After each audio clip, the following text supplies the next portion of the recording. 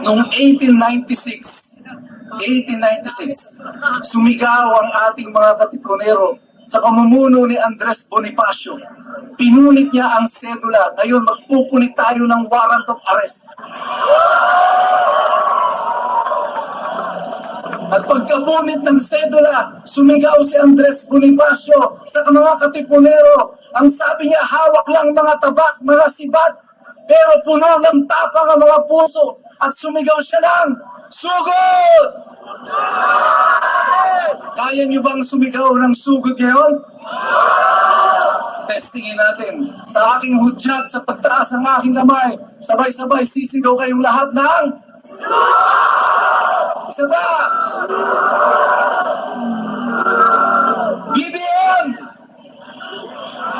Malacanang! Ombudsman! Pakinggan ninyo ang tinig ng bayang inyong inapi. Ngayon ay nagngingit-ngit sa galit. Sabay-sabay sumisigaw! Pakinggan ninyo ang tinig ng mamamayang inyong pinagnakawan.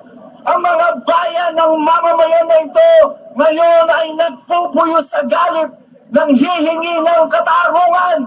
Sabay-sabay sumisigaw!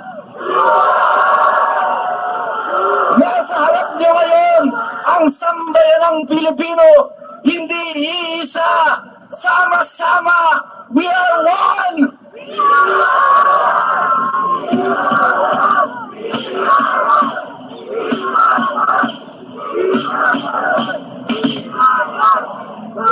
Bagong matapos ang ating mga pagtitipon ito hanggang sa mga susunod pang araw, dadagundong sa taenga ng mga nasa kapangyarihan ang tinig ng mga tao sa araw na ito.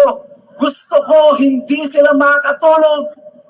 Mapanaginipan nila ito gabi-gabi. Hanggang Canada, maririnig ni BBM ang boses ng mamamayan.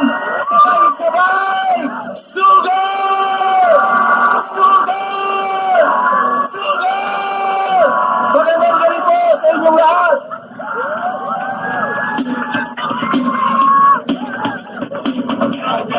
Ang inyo pong napakinggan ay ang sa loobin ni Atty. Oberario. Maraming salamat po.